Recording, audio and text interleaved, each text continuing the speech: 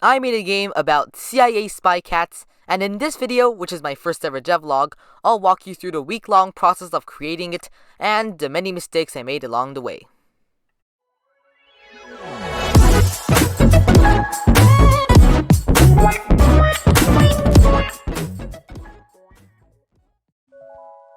So it was Christmas break and I was pretty bored. So I decided to participate in a game jam called the Historically Accurate Game Jam. The objective was that you had to make a game within a week following a historical theme, which in this case was the Cold War. So essentially, this game must have a certain degree of historical accuracy according to the Cold War. Let's see how it goes. So on the first day, the jam theme was announced, and it immediately got me to thinking, how do I create a Cold War themed game that people want to play? Well, I googled interesting things that happened during the Cold War, and stumbled upon Acoustic Kitty. Acoustic Kitty is a project by the CIA where they surgically implanted cats with bugging devices so they could eavesdrop on Soviet agents. Unfortunately, in the first mission, the cat got run over by a taxi, so the entire mission was a failure. Over $15 million were spent, so I guess you could say this was a terrible waste of money. But anyway, back to the game. So I started discussing with my buddy, let's say Jake, and we eventually came up with this idea where I had to play as this cat and complete a series of minigames to finish my training. But the game ends with a twist ending where I get run over by a taxi, which is what actually happened. So I started doing some art for the game, which was mainly just the tile set and some decoration like flowers and street lamps and the CIA agents. And after that, I pretty much called it a day because, I'm a kid and I need to sleep, so, night-night.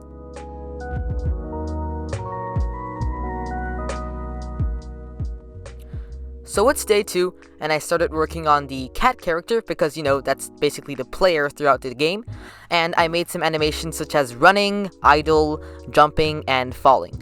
Surprisingly, that's basically all I did that entire day because, well, I'm a procrastinator and I don't have that sense of urgency yet, and you'll see how that has consequences later on. Anyway, day 3. So today I started to do some actual coding for the game.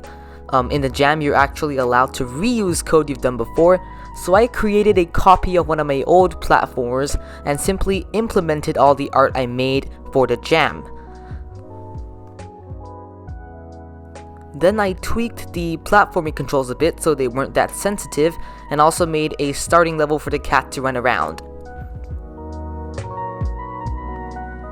Finally, I threw in 3 agents into the starting level and gave them a little idle animation.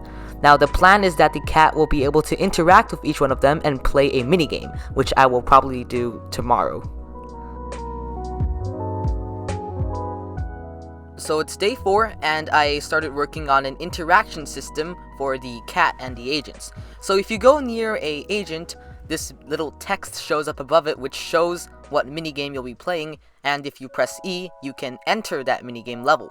But I haven't designed any minigame levels yet, so if you press E, it just takes you back to the initial starting position for my, starting level.